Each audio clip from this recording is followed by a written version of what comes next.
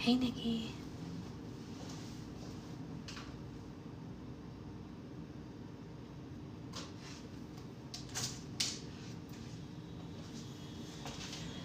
Hey, Naisa. How's it going, everybody? Good morning, good morning.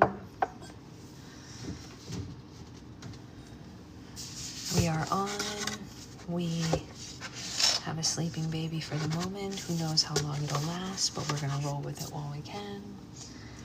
I think I'm gonna make myself a Nutella coffee this morning because why not? Liquid IV's giving away water bottles with certain orders. I did not say that.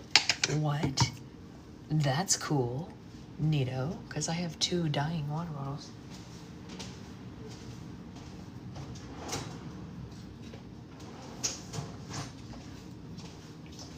That is neat. I did not see that. Let's make some Nutella coffee. Because why the heck not? Who is gonna tell me no? Oh.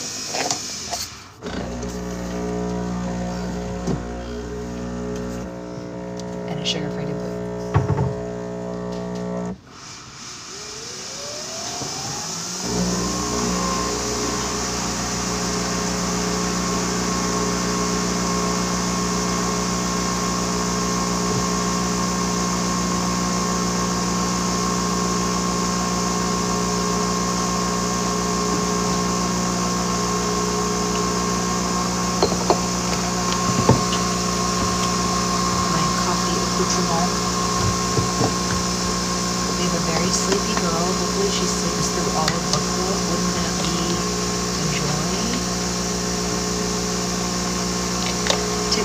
Told me that I should remove my background noise so that viewers can hear me clearly, as if I don't know that the coffee is loud.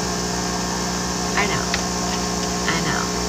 It's almost over. The coffee will be done momentarily. Calm down, TikTok. Calm down.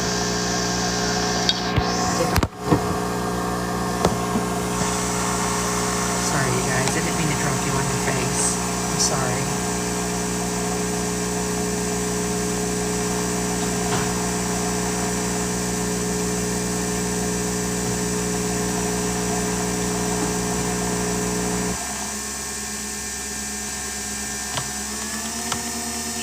Asleep, which is good. I love to see it.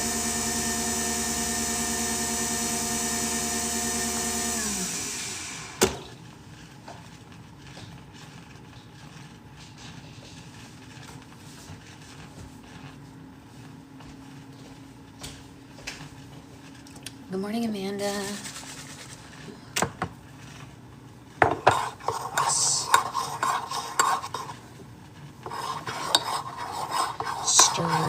Nutella because you know it tastes better that way. Eat the rest because it also tastes better that way. Get it all over your teeth. You remembered your headphones, yay! How often do you go in the office? Just out of curiosity. Are you all caught up on yesterday's? I know you couldn't be here yesterday. Hey Jillian, once a week. That's not so bad though. Don't do this, kids. Don't use your teeth. Don't use your teeth. Current reading says Tale of Magic. Pfft. Every time I change it, you think it's gonna stick and then it never does. It's one too many times. I agree with that. I agree with that.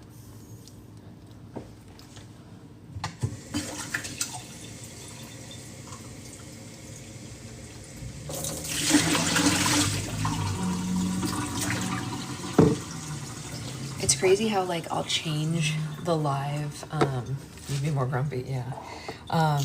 It's funny how you can change like the live description and it's just like some of the stuff will stay forever and some of the stuff like doesn't stick at all. Which is annoying.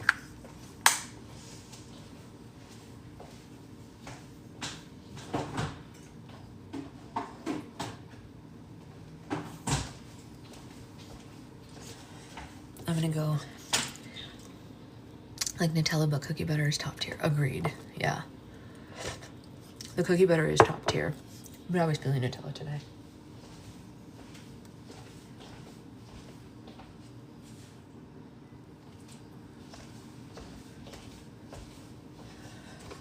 I agree with Nikki. If I had to choose between the two, I would take the cookie butter. If I was only allowed to have one or the other forever. Thankfully, that's not the case, but if it was, you know. If it was. Okay, I'm gonna put you guys on the tripod so we can get reading and use our time wisely while she's still asleep. Let's see, where's our book? Tale of Witchcraft. Boom, boom, boom. There we go. Coffee is good. Would love to see it. You made a dirty chai with the cookie butter? Really? I've never done that. Haven't tried it. Sounds good though. It is so sweet to see them all there. I've actually never seen them all in stock anywhere I've gone, if I'm being honest, because when I bought these, when I bought them, I tried to get them all at the same time, like in paperback, when we decided to read the whole series, and I had to buy them one at a time because they just were never all in stock at the same time. It was weird. Okay, so yesterday, just because of like situations, we had to end halfway through a chapter. So we're gonna go ahead and finish that chapter now, and then we will move on to chapter 4 after that. We're on page 109 right now, for those who are keeping track of pages for the Goodreads. Hey, Isabella. Yeah, I was just ignoring it, Amanda.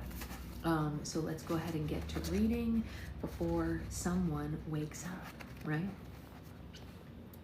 So just to like reset us into the setting, we are at Barry's wedding, Bristol's brother, and she's been talking to Brooks, and you're still hearing the voices in her head and all that. So here we go. Very, very much so, Nikki, very much so. Hey, we haven't started reading yet, neither Tiffany or Brittany. Hey guys, so we're about to start reading, so here we go. Bristol had so many things to worry about already. Adding Prince Maximus to the list gave her a headache. She searched the front lawn for something, for anything, to take her mind off of it. Luckily, Bristol found the perfect distraction. While the princes greeted the wedding guests, a seventh passenger stepped out of the carriage. He was about 16 years old and much taller and better looking than the royals he traveled with. The young man had wavy brown hair, a chiseled jawline, and a scar on his left cheek that Bristol found very mysterious. Unlike the princes, he didn't wear a feathered hat, a cape, or even a tie, just a simple maroon suit with an open shirt. "Who's he?" Bristol asked her brother. "How do you know any of this?" Brooke said. Sorry, how do you not know any of this? Missing our Patreon people, a little extra day life is rough. Oh, I'm sorry, Brittany, but you're always welcome to come. A lot of us are still here chit-chatting. You can always pop in anytime and talk to us, you know? That's Maximus's nephew. That's Prince Gallivant, I believe, or is it like Galantine? Well, anyway, he's so far down the line of succession, who even cares who he is? Bristol cared. In fact, she couldn't take her eyes off the prince. Bristol thought he was so striking that just the sight of him made her blush. The attraction was the first pleasant emotion that she had had in weeks, and so she welcomed it and savored it for all that it was worth. "Well, whatever his name is, he's very attractive," Bristol said. "I used to look like him," Brooks said, and he raised his bottle. "Enjoy it while it lasts, kid." Bristol could tell that Prince Gallivant was overwhelmed by all the wedding guests competing for the royals' attention. He snuck around the crowd and headed straight under the tent. The prince sat in a chair in the back row and rested his feet on the seat in front of him. He removed a book from his jacket and he read while he waited for the wedding to begin. Yeah, you know what? I mentally like could not make time for another platform. I kept trying to get into Discord, but it's just like adding something else to your plate is just like so much, and it doesn't work the same way. So like trying to keep up with the threads and everything was confusing my brain, and I was like, I don't have the mental capacity to do this right now. I try to pop in every once in a while, but it's very difficult. I think for me, Instagram is just easier, and I know some people don't want to use it, but it's just easier for me because I already use it, you know, so it was already there. Bristol didn't think that the boy could be more attractive, but knowing that he was a reader, too, made her heart flutter. Same. A bell rang to announce the start of the ceremony, and all the guests filed into the tent to find seats. Prince Maximus and his son sat with the justices, and the royal guards lined the perimeter of the tent to watch over them. Brooks sat in a section reserved for the Evergreen family at the very front. Bristol didn't want to sit anywhere near her father or Prince Maximus, but her options were limited. Psst, over here. Bristol turned toward the voice and saw Prince Gallivant was waving at her. Do you need a seat? He asked, and he nodded toward the empty chair beside him. Oh, no thank you, Bristol said. It might be rude if I sit in the back at my own brother's wedding. Suit yourself, Prince Gallivant said. Although I've learned from personal experience, sitting in the back row made it harder for people to stare at you, unless you like that sort of thing or something. After he put it that way, Bristol couldn't refuse the offer. She took the seat beside him. Being so close to this prince made Bristol blush even harder than before. She hoped her face didn't look as warm as it felt. You're that, fairy godsmack, aren't you? He asked. It's fairy godmother, Bristol said, but yeah, that's what people are calling me these days. I got a few titles myself, the prince said. My official name is Prince Gallivant, victorious, heroic, courageous champion of Chariot Hills, but I'm also the Duke of South Westington, although I've never been there, and the Lord of Southeastershire, that's just a grassy field, and the Earl of South Northambury, but I think I made that one up. I suddenly feel much better about my title. Which of those names should I call you? Everybody just calls me Seven. Seven? Yeah, because I'm 7th in line for the throne. Hey, Anya. What do people call you when you're not, I don't know, fairy godmothering? It had been so long since someone asked for her real name, Bristol had to think about it. Oh, I'm Bristol. Bristol Evergreen. Nice to meet you, Bristol. Seven shook Bristol's hand and smiled at her, and she quickly pulled it away before she noticed how clammy he made her palm. Yeah, you too, Seven. Very nice to meet you. At 5:30, the ceremony finally started, and Barry was the first to appear in the wedding procession and walked the mother of the bride down to her seat. Then he took his position under the gazebo, so nervous that he felt like his entire body was shaking. Bristol noticed a few of his buttons were already loose again. She discreetly waved her wand and tightened the buttons before they fell off.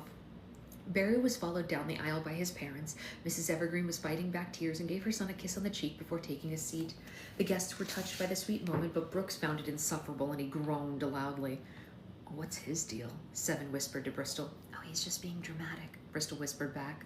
Brooks has to be the best at everything, including failure. The comment made Seven snort, and the noise caught Prince Maximus's attention. He was furious to see that Seven was sitting next to Bristol and sent both of them a scathing look. I'm pretty sure your uncle hates me, Bristol said. Don't take it personally. Uncle Max hates everyone, Seven said. When Maximus takes the throne, will I have to call you Six? Bristol asked. That's assuming my grandfather doesn't outlive us all, Seven said. How's the king feeling anyway? I heard he's ill. Nah, he's perfectly healthy, Seven said. Uncle Max likes to spread those rumors, though. Every time my grandpa so much as clears his throat, Max starts planning his own coronation. But I'm guessing the Gramps will be around for another decade or so. Oh, thank goodness, Bristol said. The groomsmen and the bridesmaids made their way down the aisle, and all the guests rose to welcome the bride. Lady Penny Charming was short and skinny, with bright red hair, but that was all Bristol could see. Penny's wedding dress and veil were so monstrous that her face was hardly visible.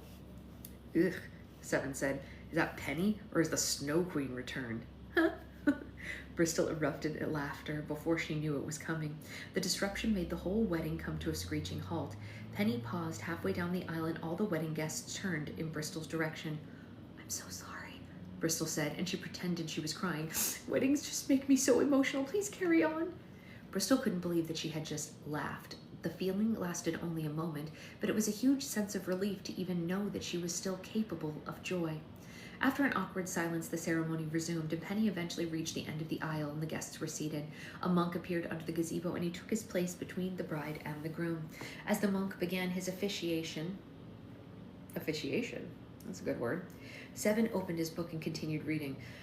All right, get comfortable, he whispered. Do you always bring a book to weddings? Bristol asked. Yeah, only to royal weddings, Seven said. They last forever. The Duke and Duchess of Northgate's wedding was so long by the time it was over, they were already divorced. Seven made Bristol laugh again, but this time she managed to keep it quiet. What are you reading anyway? She asked. The title. Seven showed her the title of the book. Tale of Tib the Twitch, Volume 4, he said. Bristol was shocked. You're kidding. That's my favorite book series. Seriously? I didn't think anyone else even knew about these books. I've read the first one 12 times, she said. I know that they're meant for children, but nothing makes me happier than a story about a mouse defeating a monster. Seven smiled at Bristol and looked so deeply into her eyes that Bristol had to remind herself that they had just met. She felt like she had known this prince her entire life, or perhaps longer. Maybe we could read it together sometime, he said. Oh man, I'd like that, she said.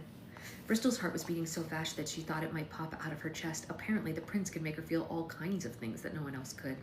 The ceremony, just like Seven had warned, lasted much longer than any wedding Bristol had ever been to. The monk gave lengthy thanks to each of the royals, justices, and aristocrats in attendance, and once all the noblemen and women were singled out, the monk performed a long-winded monologue about the history of the Southern Kingdom, and then he honored all the sovereigns from King Champion I to King Champion XIV with detailed tributes. Barry and Penny drank from a ceremonial cup, and they cut ribbons and tied strings and lit candles and crushed plates, and by the time they reached the vows, it was already nighttime. Deputy Justice Barry, do you take this woman as your lawfully wedded wife to help you serve our Lord and obey the will of His Majesty King Champion XIV? I do, Barry said. And you, Lady Penny Charming, take this man as your lawfully wedded husband to help you serve our Lord and obey the will of His Majesty King Champion XIV? I do, Penny said, or at least the voice under her veil said that. And then with the power entrusted to me by the Seven Kingdom, I now pronounce you Lord and Lady. Boom! Suddenly the roof was blasted clean off the tent. Boom! The gazebo exploded. Boom!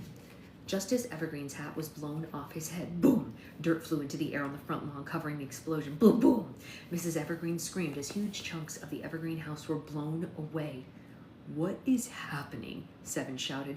We're under attack, Bristol said. And in a matter of seconds, the wedding became a war zone.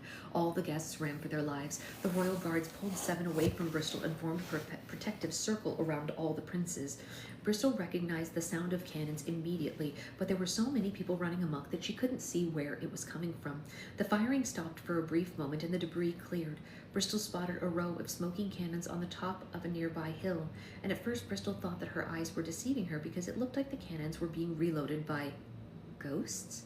Their attackers wore silver robes with the images of white wolves on their chests, and their faces were hidden under masks. There were hundreds of them, and the ghostly men reloaded the cannons with bright red cannonballs that glowed in the dark. Don't worry, she told the panicked guests. I can protect us. And then Bristol waved her wand and covered the Evergreen property like a shield with a glass dome. The men lit the cannons again, and to Bristol's absolute horror, their cannonballs soared through the air and pierced through her shield. Boom! A cannonball whirled right past Bristol's head. Boom, boom! The attackers were aiming right at her now. Boom! The blast struck the ground, getting closer and closer to where Bristol stood. Boom, boom! Bristol was in a state of shock and she couldn't move. She had never seen anything penetrate a magical shield before. Boom! Right when Bristol was about to get hit, the attackers ran out of cannonballs, but they weren't finished yet. A man wearing a crown of spikes appeared through the smoky haze. He descended the hill with a sack of arrows in one hand and a crossbow in the other. Bristol knew that she couldn't stand there, but she didn't know what to do. If their weapons could penetrate her magic, how was she supposed to save herself? Bristol! Seven shouted, and the prince broke free from the royal guards and sprinted across the lawn. The man on the hill loaded his crossbow and fired his first shot. Seven jumped in front of Bristol, and the arrow hit the front of his leg, and he fell to the ground, screaming in agony. Don't just stand there, Seven yelled at the guards. A prince has been shot. Aren't you going to go after them? Half of the guards stayed with the princes while the other half charged the attackers on the hill. The archer had more than enough arrows to shoot the approaching guards, but instead he gave the ghostly men a signal, and the attackers retreated to the countryside. Seven, hold still, Bristol said. This might hurt. She knelt beside him and pulled the arrow out of his leg, and Seven screamed again, but Bristol waved her wand and healed the wound. Ugh, thanks, Seven said. No, thank you, Bristol said. I don't know what came over me. Who are those men, and why are they attacking your brother's wedding? I don't know, she said. I've never seen anyone like, ah! And Bristol suddenly screamed because the arrow was burning her hand. She dropped it on the ground and took a closer look at it. The arrowhead was made of the same material as the cannonballs that had penetrated her shield. It was as rock solid as if there were fire trapped inside it. What's wrong? Seven asked. The arrow. It burned me, Bristol said. And Seven tapped the arrow with his finger, but it didn't burn him. Are you allergic to it? He asked. What is it? She asked. By the time the royal guards reached the top of the hill, the attackers had disappeared with their weapons, but the ghostly men had left behind a message. A collection of tall wooden posts had been assembled and set ablaze to spell out 3 words. Die, magic, scum. Bristol read the burning message, and her whole body went tense. I guess they weren't here for the wedding, Seven said. No, she said. They were here for me. Dun, dun, dun. Coffee, and then chapter 4. That was scary. There was an attack on the wedding. I hope Barry's okay. He's probably losing his mind. He can't handle this kind of stress.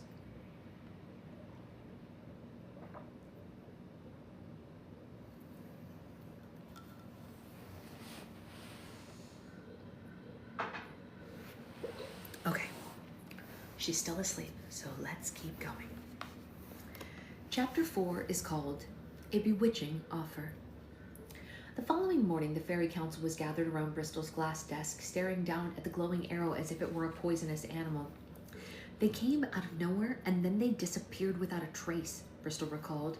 There were hundreds of them. They all wore the same silver robes and masks that covered their eyes. The image of a white wolf was stitched across their chest like a crest of some kind, and they used wooden posts to spell out "Die, magic scum" and set it on fire.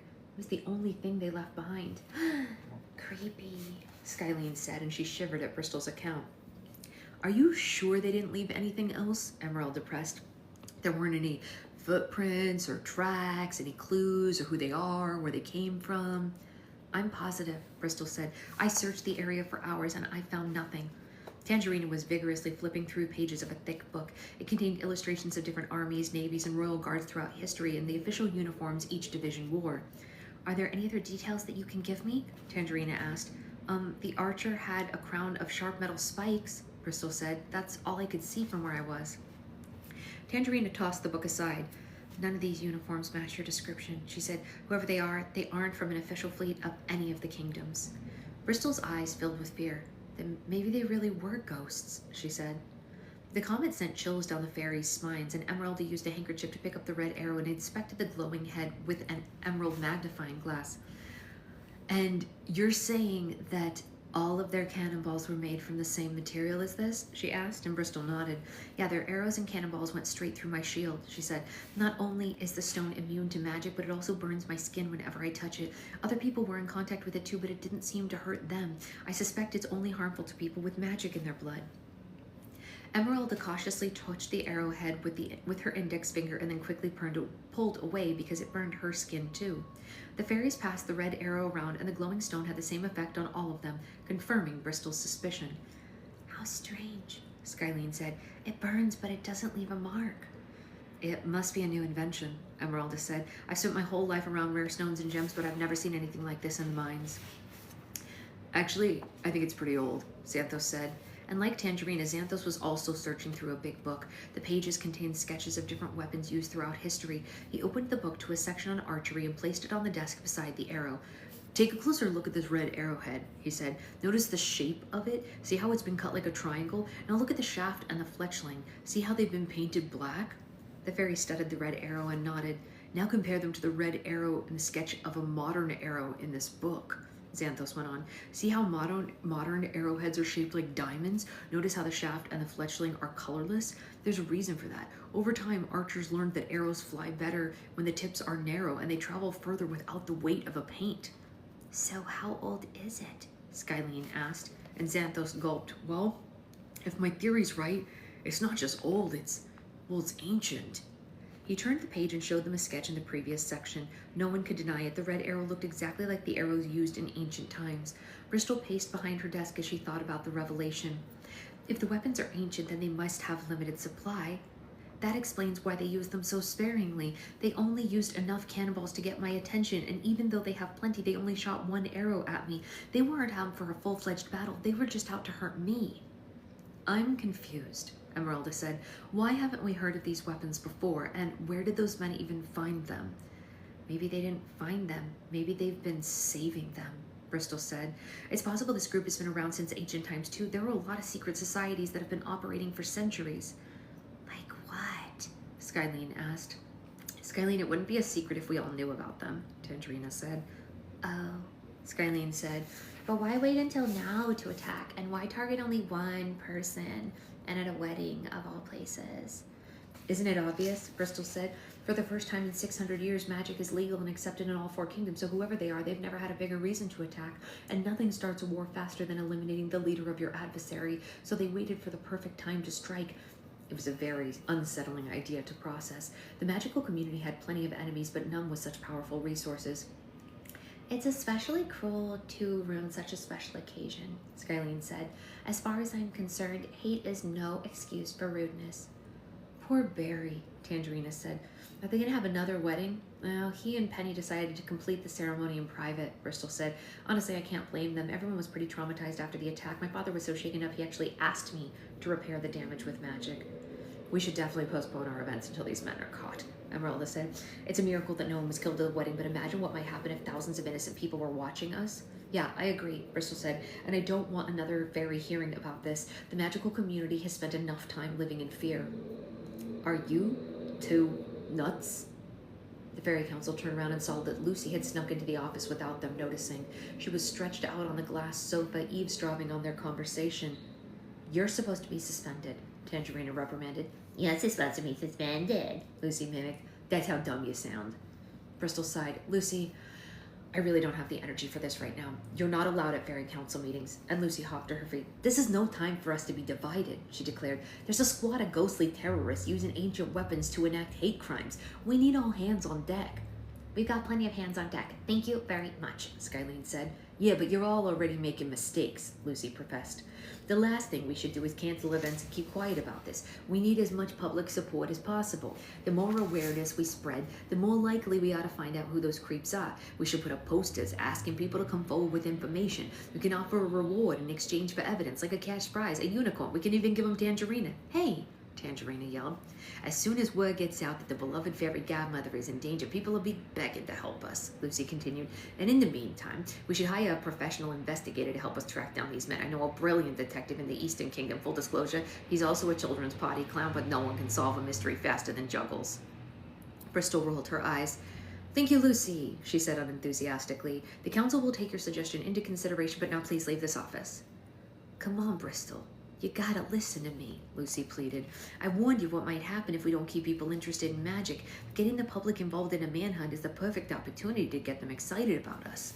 Lucy, please, these ghost guys know exactly what they're doing, she went on. They got costumes, ancient weapons, sneak attacks, burning signs. They're putting on a great show.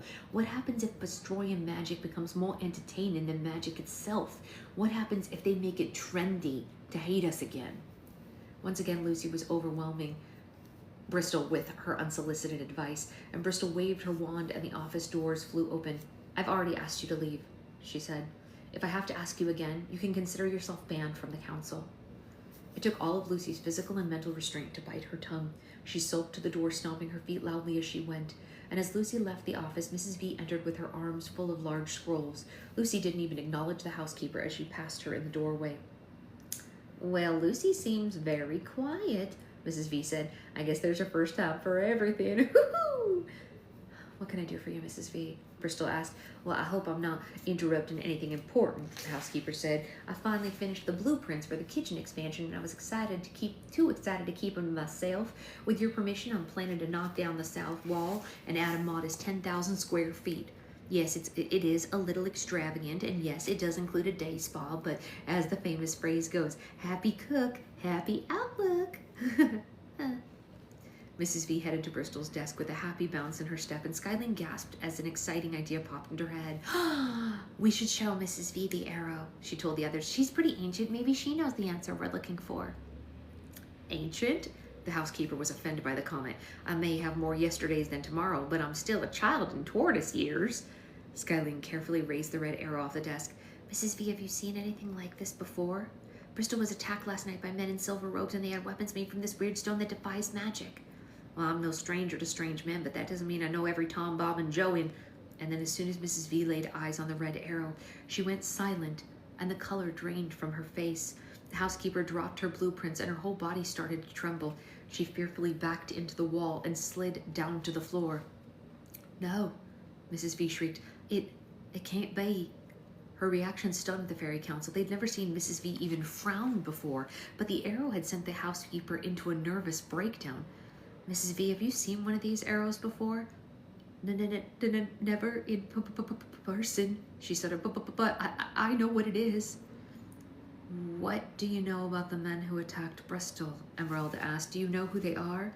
And Mrs. V nodded, tears spilling down her face like the question was painful to answer.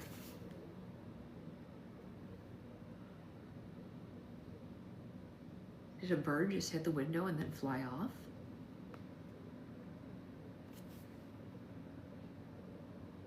Weird. The 333, she gasped. The 333, the rest of the fairies asked in unison. The 333. Mrs. V became hysterical, and she wailed like she herself was being attacked. She jumped to her feet and ran out of the office without saying another word. The fairies could hear her screaming as she ran down the floating steps and headed to her chamber on the first floor. You heard it too? It was the fairy godmother. That's very funny. I'm glad you heard it, so I'm not totally crazy. The way babies love to yeah, they just need to be studied. Babies and cats.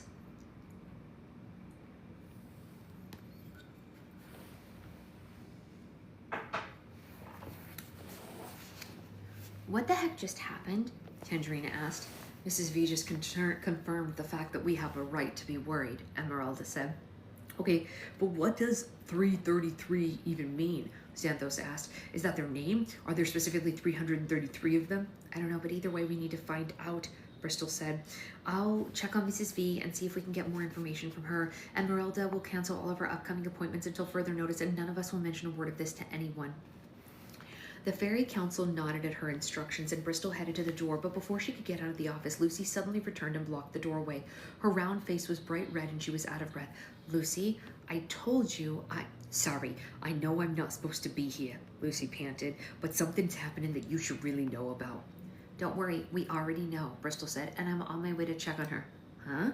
Lucy said. Oh, I'm not talking about Mrs. V, although it is unsettling to see an old woman running down a flight of stairs, but I'm talking about the border. Something's trying to break through the fairy territory. The Fairy Council quickly dashed across the office and looked out the window. The grounds were filled with students practicing their magic, but they had all stopped to watch something moving in the distance. At the edge of the property, a section of the hedge barrier was shaking and swaying like a monstrous creature was trying to push through. Do you think it's the Flirty Dirty Three or whatever he called them? Skyline asked. No, that's impossible, Esmeralda said. No one can get through the barrier unless they have magic in their blood. But their weapons broke through Bristol's shield, Xanthos said. They might have a way to break through the barrier too. It was a horrifying possibility, and Bristol wasn't going to take any chances. She ran outside as fast as she could, and her friends followed. The Fairy Council hurried to the border and formed a line of defense between the hedge barrier and the rest of the students. Everyone inside the academy, Bristol commanded. Now! The students could sense the panic in her voice and quickly headed for the castle. Shortly after the Fairy Council arrived, Horens galloped across the property on his three-headed horse and joined the fairies. The knight leaped to the ground with his sword raised, ready to protect the academy at all cost, but Bristol worried that it still wouldn't be enough to stop the 333. The hedge shook and swayed harder and harder, and the branches snapped and crunched louder and louder, and suddenly all the leaves in the area turned yellow and wilted to the ground. The hedge rotted away, forming a wide opening, and the trespasser appeared. It was a large carriage that was shaped like a human skull. The whole vehicle was painted black and its windows were designed like cobwebs. There were no drivers, horses, or wheels, and instead the carriage crawled on 8 wooden legs like a massive spider. It crept out of the hedge and stopped a few feet in front of the fairy council. The legs bent slowly as the carriage planted its belly on the ground. The door swung open with gusto, and a passenger stepped outside. The passenger was an attractive woman in a tight white gown that coiled around her body like a snake. Her skin was as pale as bone, and her lips were as red as flesh blood. She wore ashy makeup around her wide, dark eyes. The ends of her long black hair burned like thousands of dying matches, shrouding the woman in smoky fog. Well, well, well, look at all the color here. The woman spoke with an airy voice, and she gazed around the academy with a mischievous grin. Although Bristol was relieved that this trespasser was not from the 333, there was still something menacing about the woman that Bristol didn't trust. "Who are you?" she asked, and the woman's smile grew larger as her eyes landed on Bristol. As she walked toward her, the grass turned brown and shriveled under the woman's feet. Bristol raised her wand at the mysterious visitor, but the woman wasn't intimidated in the slightest. "Oh, there's no need to point that thing at me, dear," she said. "We're on the same side." "I'll be the judge of that," Bristol said. "Now, who are you?" "My name is Mistress Mara," the woman said with a shallow bow, "and you must be the famous fairy godmother. I'd recognize your sparkling wardrobe and confident disposition from miles away. We're absolutely thrilled to make your acquaintance." "We?" Bristol asked. "Girls, come on out and meet the fairy godmother," a woman called into the carriage. "And remember, please use your manners." At her request, 4 adolescent girls emerged from the carriage. They were all around the age of 13, and they wore identical black cloaks with pointed hoods and striped stockings that matched the color of each of their hair. "Allow me to introduce Sprout, Harriet, Bibi, and Stitches," Mistress Mara said. "Girls, this is the legendary fairy godmother, but of course she needs no introduction." Sprout was the tallest of the group, and she had bushy green hair that barely fit under her hood. Harriet was buck-toothed and had a twitchy nose and 2 purple braids. One of her eyebrows was permanently raised in suspicion. Bibi was the smallest and the roundest of the girls. She had short blue curls and very thick glasses and seemed to be buzzing with excitement. Stitches had wiry orange hair and an unusually wide mouth with blue eyes, and one blue eye that was slightly bigger than her red eye. The girls bowed to Bristol, and she noticed that all the women, including Mistress Mara, wore a golden necklace with a white moonstone. Once they were introduced, the girls eyed the property with creepy smirks that made the fairy council feel uneasy. "Are they your daughters?" Bristol asked. "Oh, heavens, no," Mistress Mara said with a laugh. "I'm merely a mentor to these 4. Personally, I never understood the appeal of motherhood. Why create life when you could just enjoy your own?" The woman threw her head back and laughed at her own remark. Bristol lowered her wand, and the students at the castle figured it was safe to return. Slowly but surely, all the fairies throughout the territory gathered behind the council and studied the curious visitors.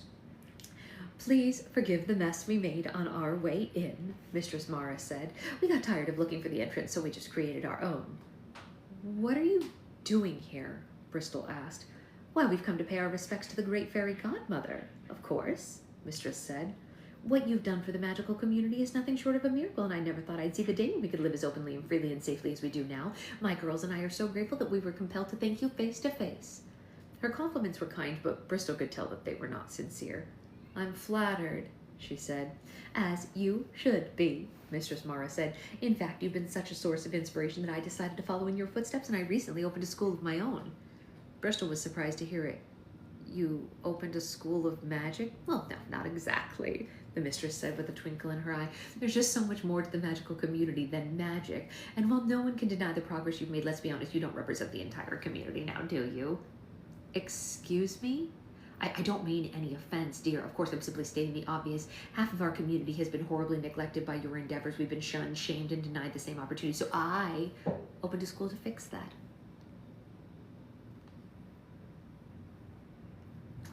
Skyline gasped. "They're witches." "They can't be," Tangerina said. "Witchcraft distorts people's appearance. They're too pretty to be witches." Mistress Mara gave a patronizing laugh like they were children in grown-up clothes. "Witches have evolved in ways that you cannot imagine." Tangerine and Skyline were spooked by the comment. They pulled Lucy out in front of them and used her as a shield. You're wrong about me, Bristol said. I created the fairy territory so that everyone in our community would have a home. It doesn't matter what your specialty is or your interests are. Everyone is welcome here, and we don't discriminate. You may tolerate witches, but you don't encourage them, Mistress Mara said. If it were up to you, we'd all be converted into fairies by now, but witches aren't something that you can just wish away. We've been in the world just as long as fairies have, and we're here to stay. The witches moved through the fairy council, leaving a trail of dead grass behind her. Sorry, the witch, not the witches, the wrong witch. Uh-oh, someone's waking up. Hi, baby. Hi, baby. Mommy's here. Do you want Mommy to come get you?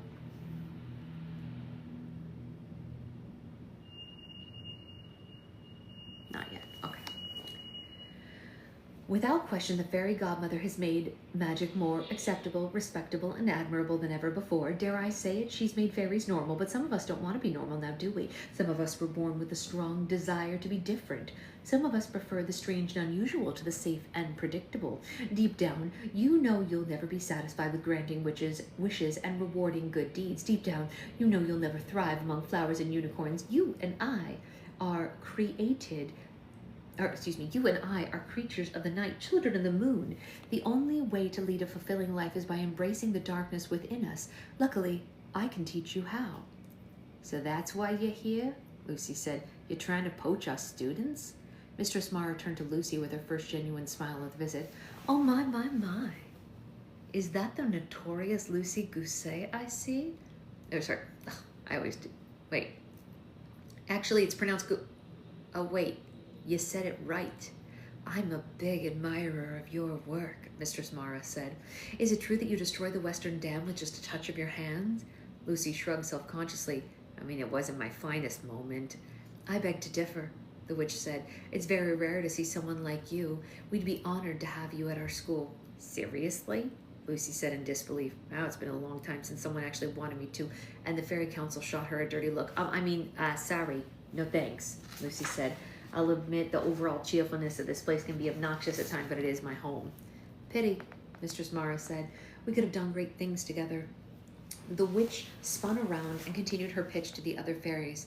As for the rest of you, the Ravencrest School of Witchcraft is officially open and ready for enrollment. If my words resonated with you today, if you're eager to continue your true nature and unlock the limitless possibility and expand your abilities beyond the fairy godmother's definition of magic, then perhaps you belong with us instead. Mistress Mara extended an open hand toward her audience. Bristol nervously watched the fairies as they considered the witch's offer. She could tell that some of them were intrigued by the invitation, but no one said a word or stepped forward. As you can see, we're all perfectly happy here, Bristol said. I'm sorry you made the trip here for nothing. Oh, very well, Mistress Mara said. Consider this an open invitation. Should any of you change your minds, the Ravencrest School of Witchcraft is in the northwest woods between the Dwarf and Elf territories. We hope to see some of you soon. The witch returned to the black carriage and held the door open while Sprout, Harriet, Phoebe, and Stitches climbed inside. And just as Mistress Mara was about to shut the door behind herself, she was stopped by a voice across the grounds. Wait, don't leave. Bristol recognized the voice immediately. She glanced over her shoulder, praying she was mistaken, but her ears weren't deceiving her. A young fairy pushed her way to the front of the crowd and presented herself to the witch. I'd like to join your school of witchcraft, Mistress Mara, Pip announced. The witch observed her like a cat observing a mouse. Excellent, she said. Come inside and take a seat. Pip was excited to join the witches and sprint toward the carriage. Before she could climb aboard, Bristol grabbed Pip's wrist and pulled her aside. Pip, what are you doing? I am joining the Ravencrest School of Witchcraft. No, I won't let them take you, Bristol exclaimed. Oh, they aren't taking me. I want to go, Pip said. Everything Mistress Mara said about being different is exactly how I've been feeling. I've just never been able to explain why. Maybe the reason I feel so empty all the time is because I'm in the wrong place. Maybe I belong with the witches. We all feel different from time to time, but that doesn't make someone a witch. There's only one way to know for sure, and if I don't go with them, I might regret it forever. Bristol couldn't believe how determined she was to leave. Pip tried to get away from Bristol, but Bristol wouldn't let go of her wrist. Pip, you're like a sister to me. I can't let you do this. It's not up to you. It's my choice. This isn't a choice. It's a mistake. All right, well, then it's my mistake to make. And as Pip pulled away from Bristol, her arms started to stretch like rubber, and it expanded several feet as she headed toward the carriage, but Bristol reined her in like a long rope. Pip, trust me, You don't want to do this, Bristol said. Don't tell me what I want, Pip said. They're using your emotions to trick you. Witches earn people's trust so they can manipulate them later. They don't actually care about you. Neither do you. You just want to keep me here so you can control me. This academy's no different than the Bootstrap Correctional Facility, but I won't be a prisoner anymore. I'm leaving whether you like it or not. Pip kept stretching and stretching, and eventually her wrist slipped out of Bristol's hand. Her arm snapped back to normal, and Bristol fell backward onto the ground. By the time she got to her feet, Pip was already seated inside the carriage. Mistress Mara smiled and waved goodbye. Once again, thanks for all the inspiration, the witch said. Pip, wait, Bristol pleaded. Please come back. But Mistress Mara slammed the carriage door shut, and the vehicle rose to its feet and crawled back to the hedge barrier. Bristol ran after the carriage, but there was nothing else she could do because Pip was gone. Yikes. I totally thought she was awake, but she's just like turning over and over again and still seems to be asleep, which is great, but I really did think she was awake. Okay, so we've lost Pip, you guys. Pip went to the witch school. I didn't see that coming.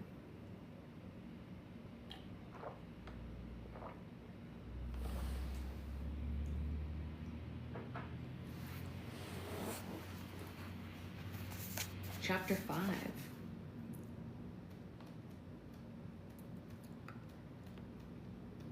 It's a long chapter, and she feels restless, like she's going to wake up soon. So I'm going to start it, but we should know that we probably won't finish it because... maybe we will. I don't know. We can read a couple pages at least, right? Chapter 5 is called Warmth from a Cold Heart. And the art is a picture of, obviously, the Snow Queen. So, you know, we know what they mean by cold heart. After Pip's departure from the academy, Bristol spent the rest of the day... Ow. My hair stuck in my glasses. The rest of the day inside her office, she locked the double doors and applied a spell to keep everyone out. But even with complete isolation, Bristol never felt alone. Her disturbing thoughts had become so persistent that they developed a presence of their own, like a shadow that she couldn't escape from. You should have done more for Pip, but you were too busy to help her. You were too selfish to care. You let her down. She made the biggest mistake of her life. The witches took her away, and she's never coming back. The thoughts thrived in silence as if a quiet room was their natural habitat. Although they didn't make a physical sound, Bristol could have sworn that they echoed all around her. You can't handle this. Mankind's approval, Prince Maximus, the 333 witches, you're going to drown. Bristol had never felt more helpless in her life. She desperately needed advice on how to manage everything on her plate, but who in the world could help her? Who could answer all the questions tormenting her? Who could supply comfort and reassurance at a time like this? Her weary eyes drifted toward the globe beside her desk, and thankfully the northern lights were dancing above the northern mountains like always. Bristol was relieved to see that the lights hadn't changed, but this time they gave her an idea. Perhaps there was someone she could talk to, or at least half of someone. The idea quickly became a possibility, and the possibility quickly turned into a plan.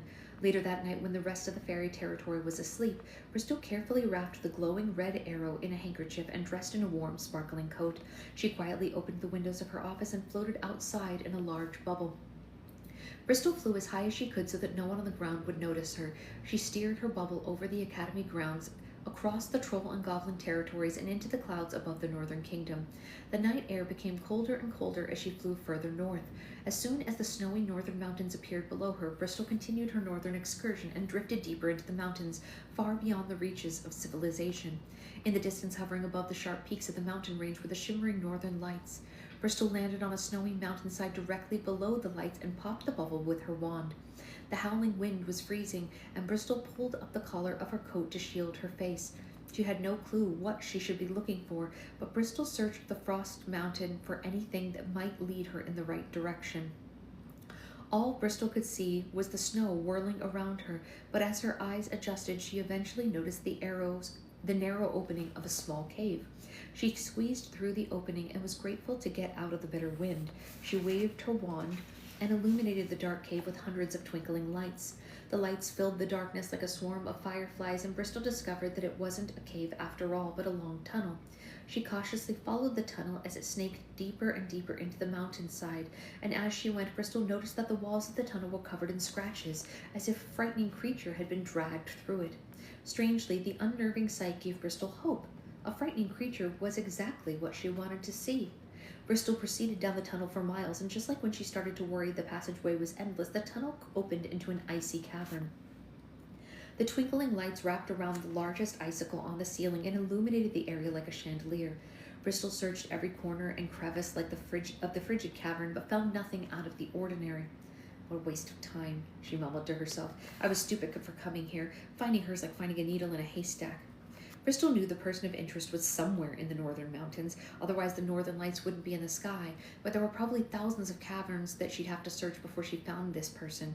Cold and defeated, Bristol sat on a boulder and rested her tired legs before heading home.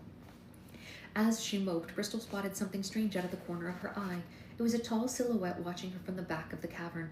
Alarmed, Bristol leapt to her feet and pointed her wand at the strange figure. I see you, she announced. Don't come any closer. The figure obeyed Bristol's order and didn't move an inch. Who are you? She asked, and they didn't respond. In fact, it was eerie how silent and still they were. Bristol slowly approached the back of the cavern and realized why she hadn't seen them before. The figure was frozen in a wall of ice. She wiped away a layer of condensation and immediately jumped back when she recognized the person trapped inside. It was a monstrous woman with an enormous snowflake crown and white fur coat. Her skin was blackened and cracked from frostbite, her teeth were jagged as broken glass, and a cloth was wrapped around her eyes. Without a doubt, Bristol had finally found the infamous Snow Queen. I knew you'd come eventually. The voice came out of nowhere and startled Bristol, but this time it wasn't just in her head. She spun around and pointed her wand in the direction of the voice, and a beautiful woman with dark hair and bright eyes appeared in the cavern behind her. The woman wore a plum-colored gown and an elaborate fascinator and beamed with a warm smile. Madam Weatherbury, Bristol gasped. The fairy looked younger and more vibrant than ever before. Bristol didn't know how it was possible for Madam Weatherbury and the Snow Queen to exist in two places, but she didn't care. Without wasting another second, Bristol ran across the cavern to embrace her former mentor, but she passed right through Madam Weatherbury like she was made of air. Are you a ghost? She asked. Something like that, Madam Weatherbury said. After we said our goodbyes in the Tinsel Palace, I tried my best to keep the promises I made to you. I traveled as far away from civilization as my feet would carry me, but living in seclusion made the Snow Queen even stronger. It was only a matter of time before she conquered me completely, so I searched the mountains for a place to imprison her and discovered this cavern. I froze myself in a wall of ice to trap her. Just in case it melted, I blinded myself so she could never find a way out. With my last bit of strength, I performed a detachment spell to separate us. As long as the Snow Queen lives, I'll exist like a phantom outside of her. Can you come back to the academy like this? Madam Weatherbury's smile faded and she shook her head. We no longer share a body, but I'm still linked to her and can't stray beyond the walls of this cave, she explained. Not that I deserve to anyway. I'm responsible for creating her, and therefore responsible for all the destruction that she has caused.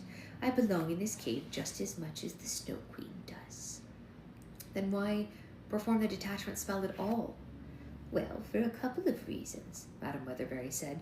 First, if anyone came here with the intention of freeing the Snow Queen, I wanted to talk them out of it.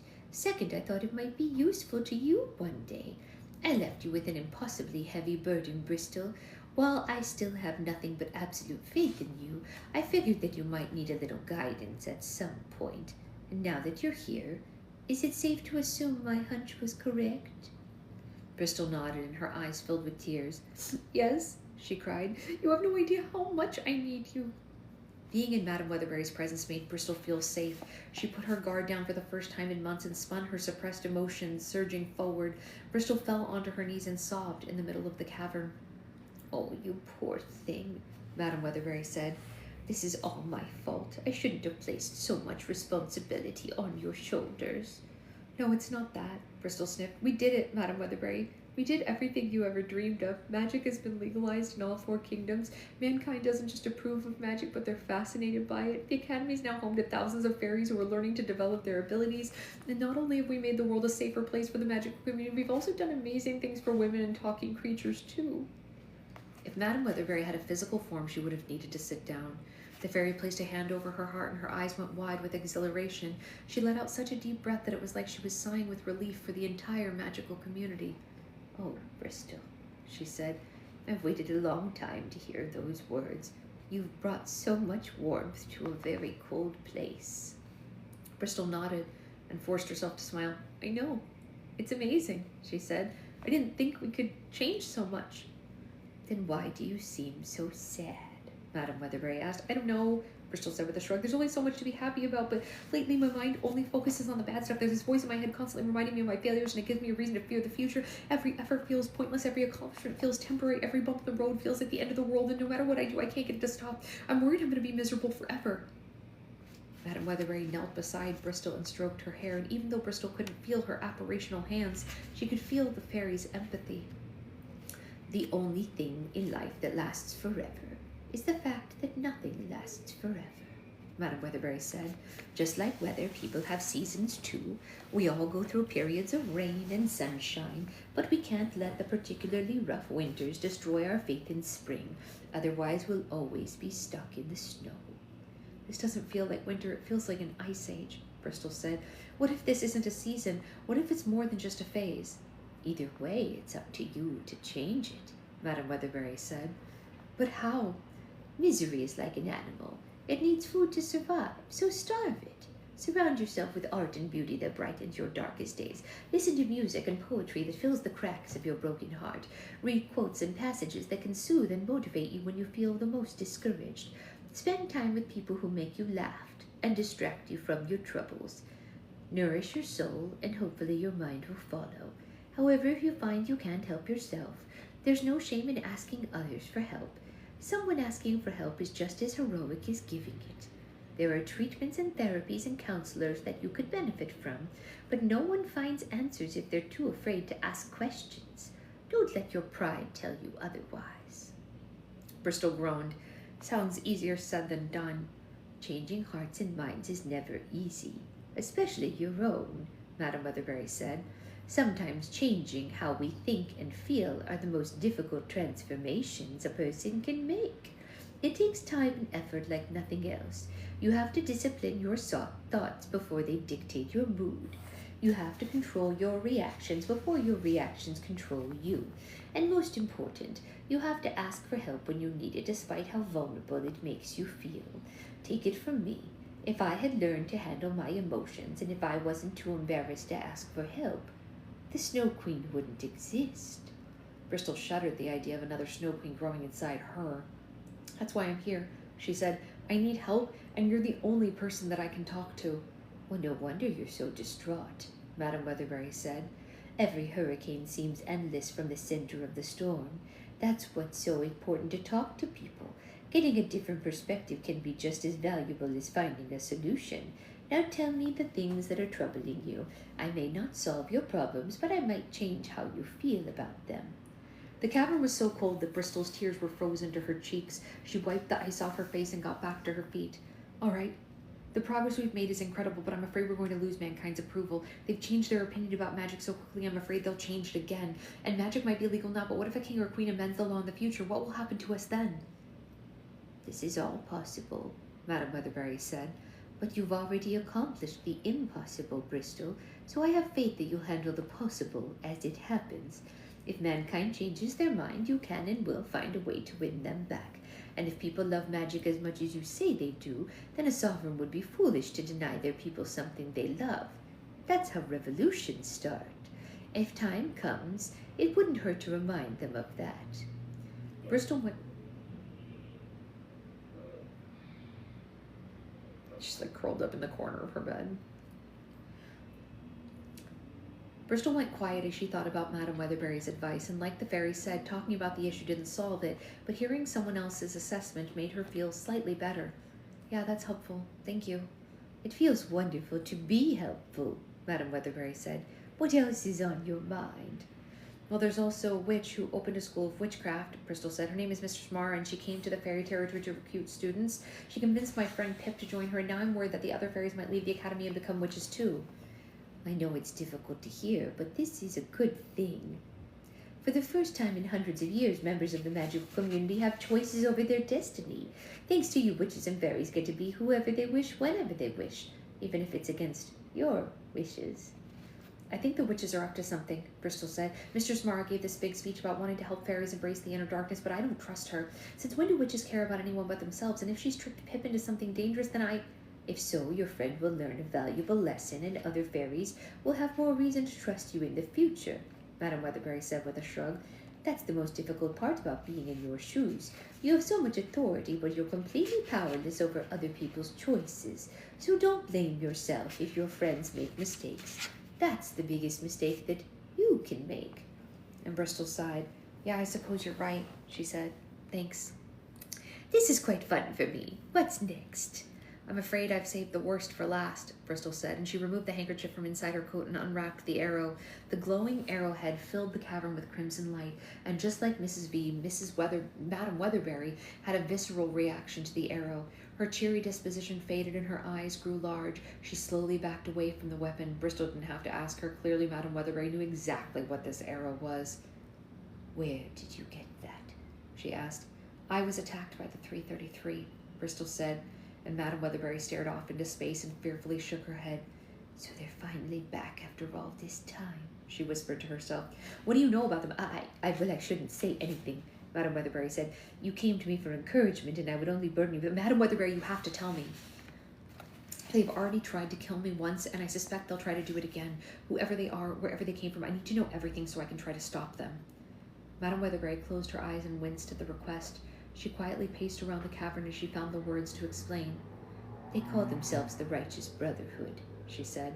They're a 1,000-year-old clan that's obsessed with something known as the righteous philosophy. They believe that mankind should dominate the world, and anything that possesses a threat to that should be exterminated. Naturally, the Brotherhood's greatest threat has always been the magical community. For hundreds of years, they hunted witches and fairies and animals and spread vicious lies and rumors to validate their hatred of us. The Righteous Brotherhood is the reason that magic was outlawed in the... The Righteous Brotherhood is the reason that magic was outlawed in the first place. 6 centuries ago, they manipulated King Champion I and his high justices into criminalizing magic in the Southern Kingdom, and soon the other kingdoms followed their example.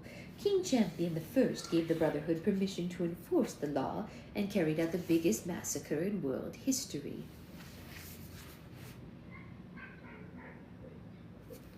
The Righteous Raid, as it was called, almost annihilated the magical community completely, and the survivors went into hiding.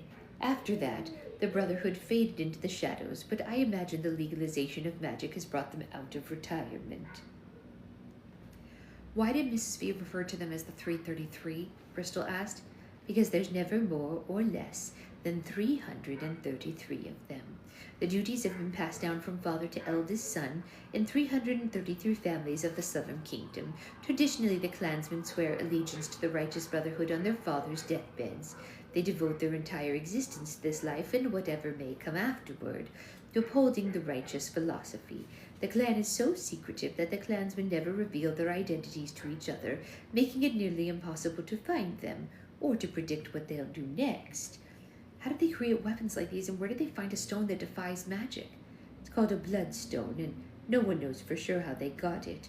Over the course of years, there have been plenty of theories about its origins. Some say that the stone fell from the stars. Others say it was forged in the center of the earth by demons. Some claim it was a gift from Death himself. Death himself?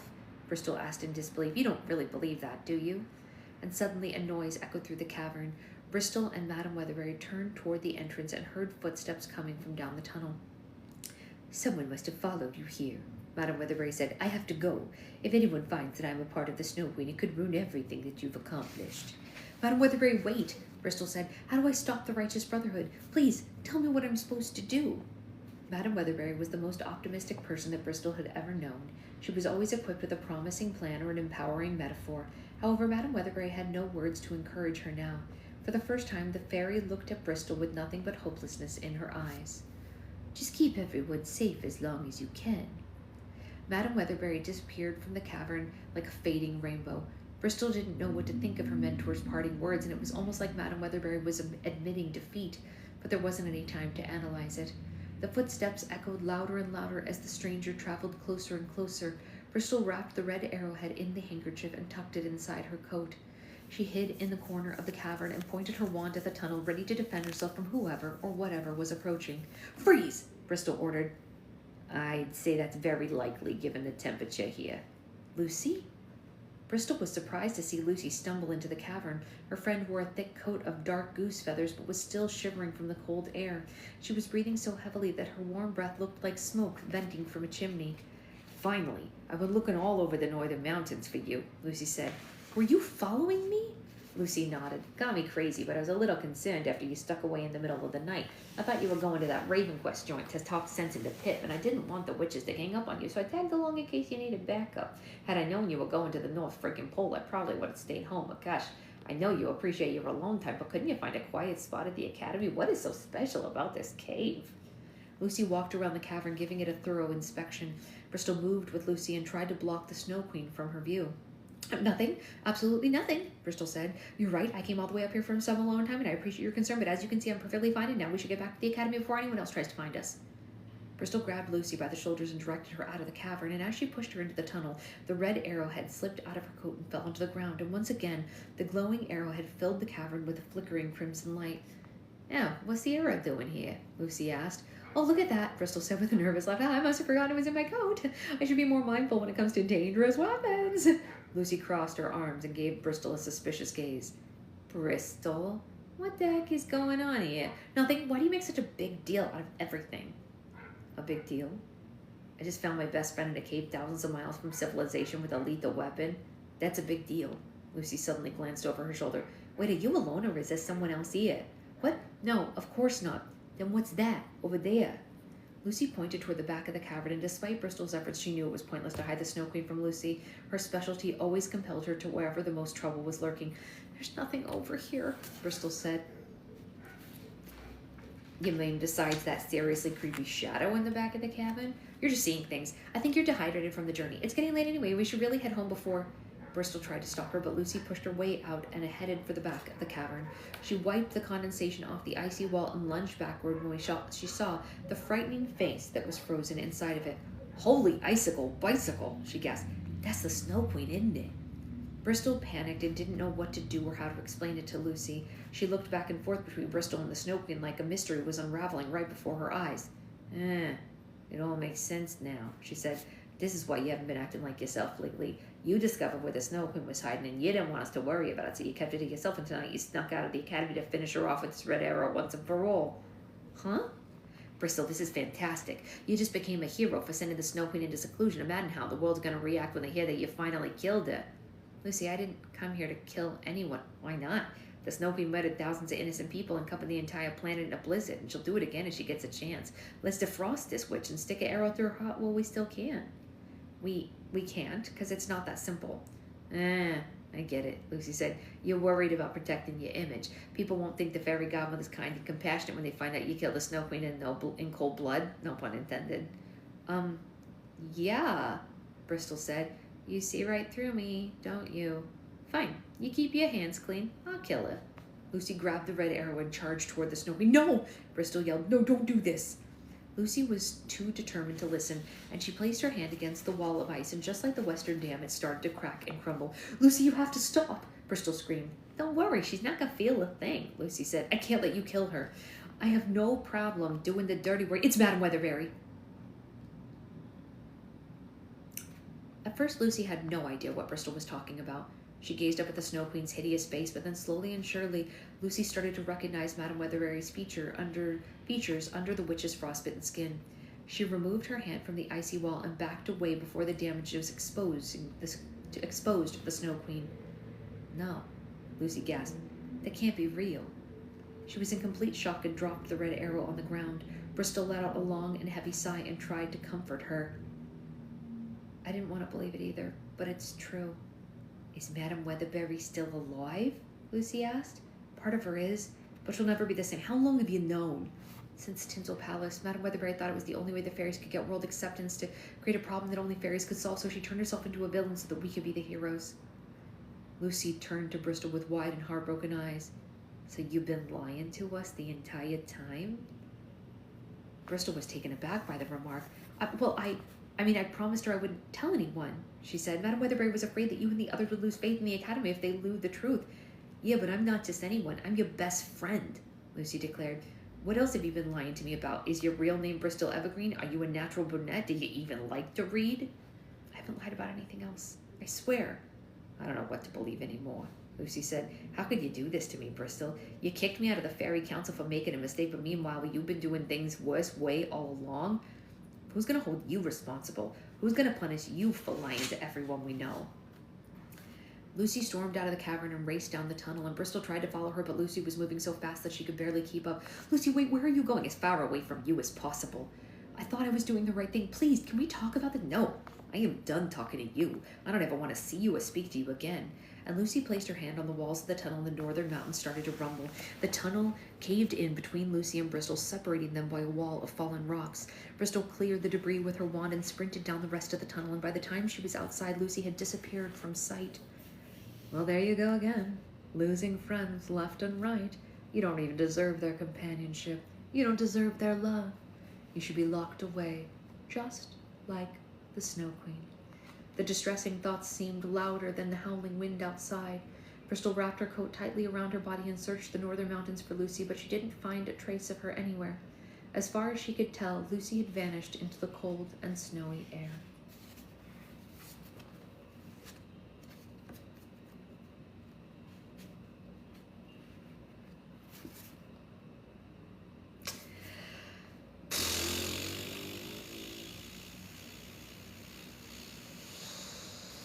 Well, today we finished on page 175.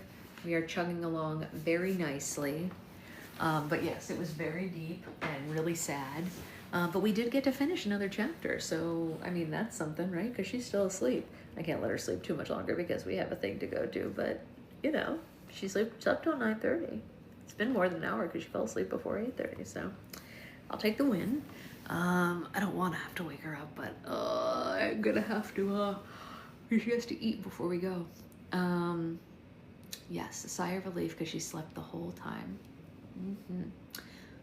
All right, well, I will see you all later, and I hope you have a great rest of your day, and I'll get this uploaded for anyone who needs it. Oh, by the by, I have a new slime package coming. I'm about to post a video about it. You know what?